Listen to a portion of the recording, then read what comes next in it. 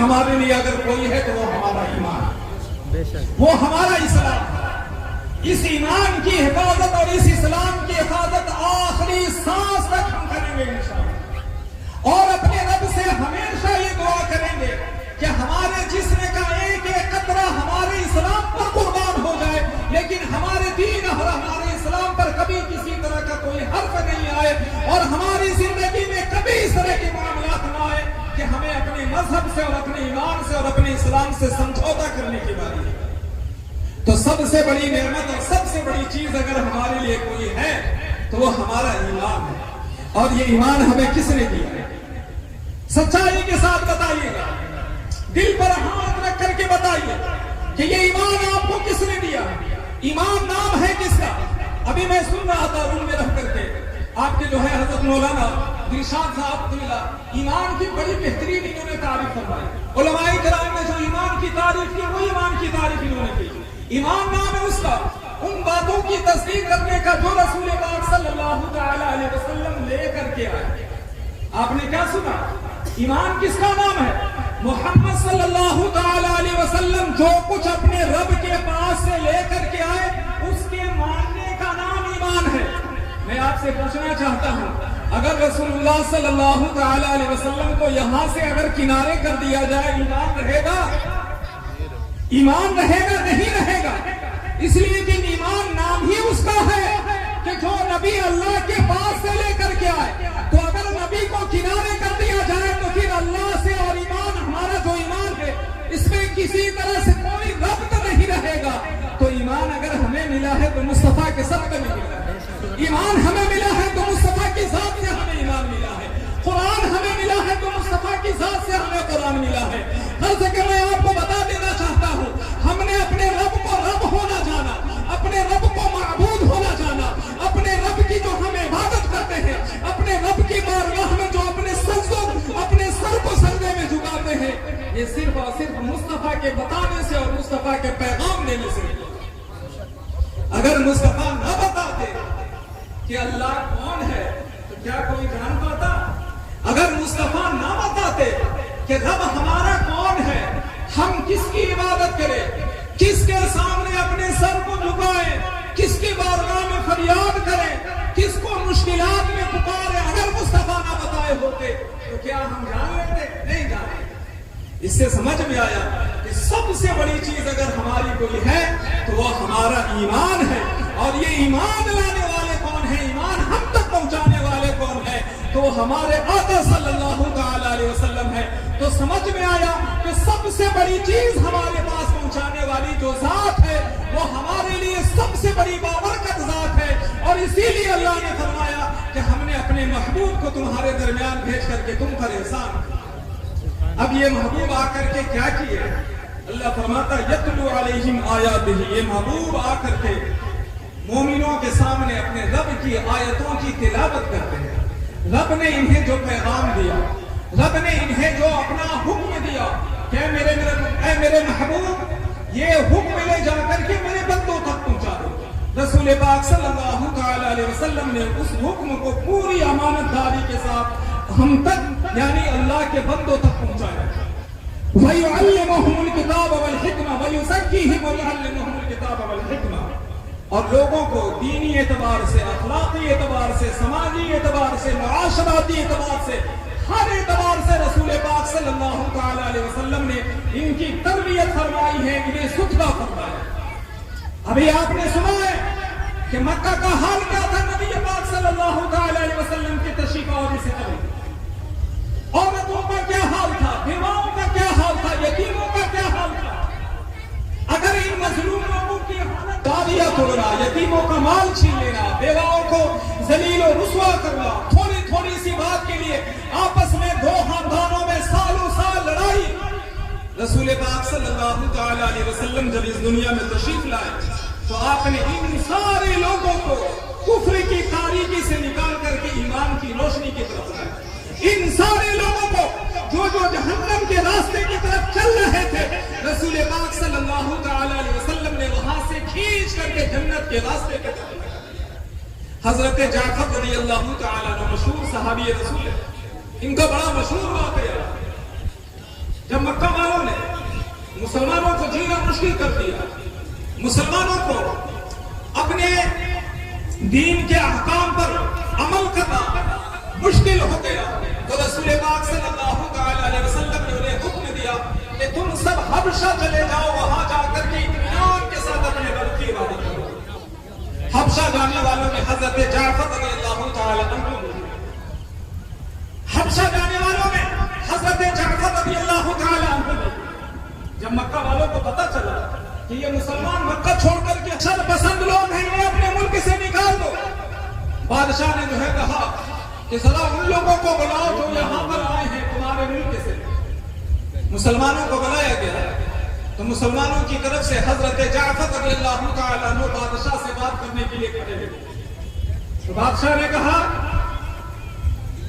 اے مسلمان، یہ بتاؤ تمہارے بارے میں یہ جو تمہارے ملک والے کہہ رہے ہیں کیا ہے؟ کون سی بات درست ہے، کون سی بات صحیح ہے؟ نبیوں میں سب سے آخر میں آیا خاتم النبی۔ اسی وجہ سے علماء کرام نے بیان فرمایا ہے کہ ختم نبوت کا عقیدہ یہ ایمان کا لازمی حصہ ہے۔ اگر کوئی نبی کو آخری نبی نہیں مانتا تو پھر اس کا اسلام سے کسی طرح کا کوئی تعلق نہیں۔ اسلام میں اپنے آپ کو داخل رکھنے کے لیے، اپنے آپ کو مسلمان ثابت کرنے کے لیے سب سے پہلے ہمیں نبی پاک صلی اللہ تعالی علیہ وسلم کو آخری نبی ماننا ہوگا۔ اگر نبی نہیں مانیں گے، آخری نبی نہیں مانیں گے تو پھر جو ہے اسلام سے کسی طرح سے کوئی تعلق نہیں رہے۔ اب ایک بات میں آپ کو اور بتا دوں کہ اللہ رب العزت نے رسول پاک صلی اللہ تعالی علیہ وسلم کو اس دنیا میں بھیجا، بڑی شان کے ساتھ بھیجا، بڑی ہی کمالات کے ساتھ، عمدہ خوبیوں کے ساتھ اللہ نے رسول پاک صلی اللہ تعالی علیہ وسلم کو بھیجا۔ جو خوبیاں اللہ نے آپ کو عطا فرمائی ہے، اگر ظاہری طور پر آپ دیکھیں گے اور اسی کو دیکھ کر کے لوگ تھوڑا ڈسٹرب بھی ہو گئے، ایسا لگے گا کہ جو خوبیاں اللہ نے آپ کو عطا فرمائی ہے وہ کمالات تو ہمیں بھی ملی ہوئی ہیں، وہ صفتیں تو ہمیں بھی ملی ہوئی ہیں۔ جیسے نبی پاک صلی اللہ تعالی علیہ وسلم دیکھتے تھے، ہم بھی دیکھتے ہیں۔ رسول پاک صلی اللہ تعالی علیہ وسلم چلتے تھے، ہم بھی چلتے ہیں۔ رسول پاک صلی اللہ تعالی علیہ وسلم کھاتے تھے، ہم بھی کھاتے ہیں۔ رسول پاک صلی اللہ تعالی علیہ وسلم سونگتے تھے، چکھتے تھے، ہم بھی سونگتے ہیں، ہم بھی چکھتے ہیں۔ ظاہری اعتبار سے لوگوں نے جب یہ ساری چیزیں دیکھی تو کہا کہ محمد صلی اللہ تعالی علیہ وسلم تو ہماری طرح، محمد صلی اللہ تعالی علیہ وسلم تو ہمارے جیسے۔ یاد رکھیں یہ بولی سب سے پہلے مکہ کے کفاروں نے بولی، مکہ کے کفاروں نے بولی تھی، اور اللہ نے ارشاد فرمایا وقالوا ما لهذا الرسول يأكل الطعام ويمشي في الأسواق۔ مکہ کے کفار کہا کرتے تھے اس رسول کو کیا ہو گیا ہے، یہ رسول بازاروں میں چلتے ہیں اور کھانا کھاتے ہیں۔ جو رسول ہوگا بازار میں چلے گا، جو رسول ہوگا کھانا کھائے گا۔ مکہ کے کفاروں نے نبی کو بازار میں چلتے ہوئے اپنی طرح دیکھا تو کہا یہ میری طرح ہے۔ مکہ کے کفاروں نے نبی کو کھاتے ہوئے دیکھا تو سوچا ہم بھی کھاتے ہیں تو نبی ہماری طرح ہے۔ اللہ فرماتا ہے یہ باتوں کو مان کر کے یہ کافر تھے پہلے اور بھی کافر تھا، اور جو اس طرح کی باتیں کرے گا وہ بھی کافر تھا۔ اب رہی یہ بات کہ جب رسول پاک صلی اللہ تعالی علیہ وسلم کو اللہ نے یہ صفتیں عطا فرمائی اور ہمیں بھی یہ صفتیں عطا فرمائی تو ہماری صفتوں میں اور نبی کی صفتوں میں کچھ فرق ہے یا نہیں؟ اسی بات کو جو ہے تھوڑے سے الفاظ میں بیان کر کے اپنی گفتگو کو میں ختم کروں۔ دیکھنا، دیکھیے ہمارا دیکھنا اور ہے مصطفیٰ کا دیکھنا اور، ہمارا سننا اور ہے مصطفیٰ کا سننا اور، ہمارا چلنا اور ہے مصطفیٰ کا چلنا اور، ہمارا سونگنا الگ ہے مصطفیٰ کا سونگنا الگ ہے، ہمارا چکھنا الگ ہے مصطفیٰ کا چکھنا الگ ہے۔ ہمیں دیکھنے کے لیے روشنی کی ضرورت ہوتی ہے، اگر روشنی سامنے نہ رہے تو ہم نہیں دیکھ پائیں، اور سامنے روشنی کے ساتھ ساتھ اس چیز کا سامنے بھی ہونا ضروری ہے اور ایک لمٹ کے اندر آنا ضروری ہے۔ اگر دور رکھ دیا جائے تو پھر نہیں دیکھ پائے۔ اگر کوئی یہاں سے کہے دلہن بازار میں کہاں پہ کون سی چیز رکھی گئی ہے بتائیے، آپ کوئی بتا پائے گا؟ ابھی جو ہے کہاں جائے اس اندھیرے میں آپ دیکھ کر کے ہمیں بتائیے وہاں پہ کون ہے، بتا پائیں گے؟ نہیں بتا۔ میں آپ سے پوچھنا چاہتا ہوں، آنکھ ہے نا، آنکھ سے دیکھ کر کے بتائیے۔ تو آپ کہیں گے نہیں، اس آنکھ کو استعمال کرنے کے لیے ہمیں روشنی کی بھی ضرورت پڑے گی اور چیز کا سامنے بھی ہونا ضروری ہے اور ایک لمٹ کے اندر کا بھی ہونا ضروری ہے۔ یہ ہے ہمارے دیکھنے کے پاور۔ اب چلیے مصطفیٰ کے دیکھنے کے پاور کا اندازہ کرتے ہیں۔ غزوہ موتا، تاریخ اسلام میں یہ واقعہ موجود ہے، حدیث کی کئی کتابوں میں یہ واقعہ موجود ہے۔ غزوہ موتا ایک لڑائی جس کا نام موتا ہے، غزوہ موتا۔ رسول پاک صلی اللہ تعالی علیہ وسلم اس لڑائی میں شریک نہیں ہوئے۔ آپ نے صحابہ کرام کا ایک لشکر تیار کیا اور اس لشکر کو تیار کر کے حضرت زید بن حارثہ رضی اللہ تعالی عنہ کو اس لشکر کا کمانڈر بنایا، اور بنانے کے بعد آپ نے فرمایا اگر زید شہید ہو جائے تو جعفر جو ہے مسلمانوں کے لشکر کے کمانڈر بنے، اگر جعفر بھی شہید ہو جائے تو پھر عبداللہ بن رواحہ مسلمانوں کے لشکر کے کمانڈر بنیں گے۔ بڑی غور سے بات سنیے گا، نبی نے کیا فرمایا کہ زید جو ہے تمہارے سپاہ سالار ہیں، لیکن اگر یہ شہید ہو جائے تو تم جو ہے حضرت جعفر کو اپنا سپاہ سالار بنا لینا، اور اگر وہ بھی شہید ہو جائے تو عبداللہ بن رواحہ کو اپنا جو ہے سردار بنا لینا۔ نبی پاک صلی اللہ تعالی علیہ وسلم نے کچھ اور ہدایتیں دے کر کے اس اسلامی لشکر کو آپ رخصت کیجیے۔ یہ اسلامی لشکر مدینہ منورہ سے بڑی دور گیا اور جا کر کے وہاں پہ کفاروں کے ساتھ لڑائی ہوئی۔ موبائل کا دور نہیں تھا، انٹرنیٹ کا دور نہیں تھا، ویڈیو کالنگ کا دور نہیں تھا۔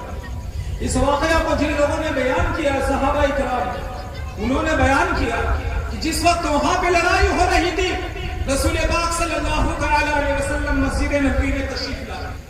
مسجد نبوی میں تشریف لانے کے بعد آپ منبر پر رونق افروز ہوئے اور خطبہ دیا۔ خطبے میں آپ نے فرمایا کہ زید بن حارثہ نے جھنڈا اٹھایا اور وہ شہید ہو گئے، اور اس کے بعد جعفر نے جھنڈا اٹھایا۔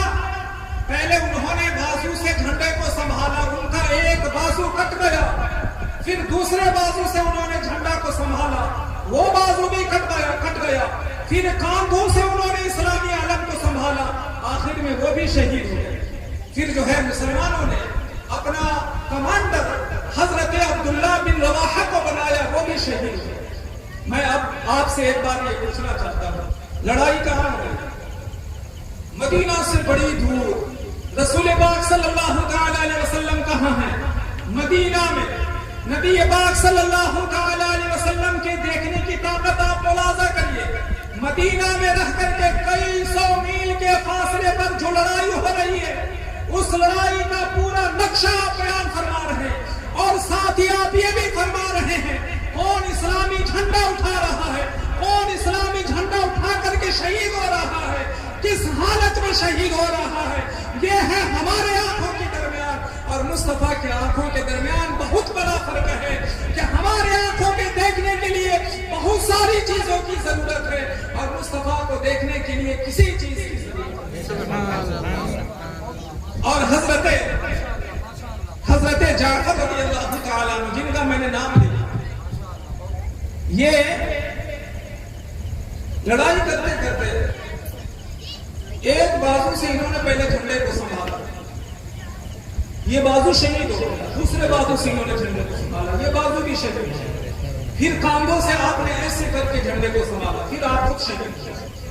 جب آپ شہید ہو گئے تو رسول پاک صلی اللہ علیہ وسلم کا ایک بیٹا تھا حضرت جعفر کا، اس بیٹا کو رسول پاک صلی اللہ علیہ وسلم جانتے کیا کہا کرتے تھے؟ یا ابن ذی الجناحین۔ اس کا مطلب کیا ہوتا ہے؟ اے دو پر والوں کے بیٹا، اے دو پر والوں کے بیٹا۔ اس کا مطلب کیا ہوتا ہے؟ اس کا مطلب بیان کر کے اپنی گفتگو میں ختم کروں گا، بڑا مزہ آئے گا، سنیں۔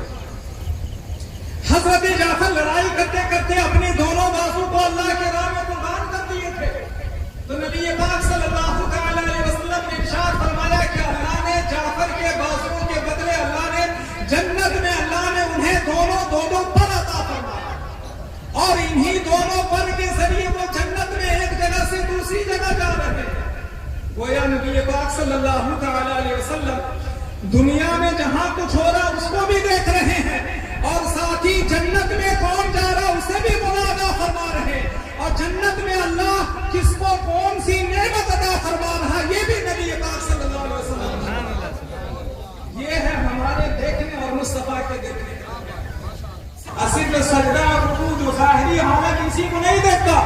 بلکہ تمہارے دل کی کیا کیفیت ہے اس کو بھی میں بلاتا ہوں. یہ ہے ہمارے دیکھنے اور مصطفیٰ کریم صلی اللہ تعالی علیہ وسلم کے دیکھنے کے درمیان.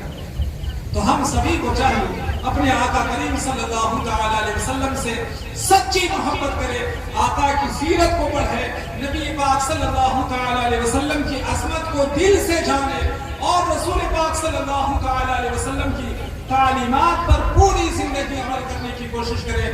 نبی پاک صلی اللہ تعالی علیہ وسلم جو پیغام لائے اس پیغام کو ہم جو ہے اپنی زندگی میں مکمل طور پر جو ہے لاگو کرے اور اللہ رب العزت کی بارگاہ میں دعا کرے کہ اللہ رب العزت مرتے دم تک ہمیں اپنے ایمان کی حفاظت کرنے کی توفیق عطا فرمائے, اسلام کی حفاظت کرنے کی توفیق عطا فرمائے اور اللہ رب العزت رسول پاک صلی اللہ تعالی علیہ وسلم سے سچی محبت کرنے کی ہم سبھی کو توفیق عطا فرمائے.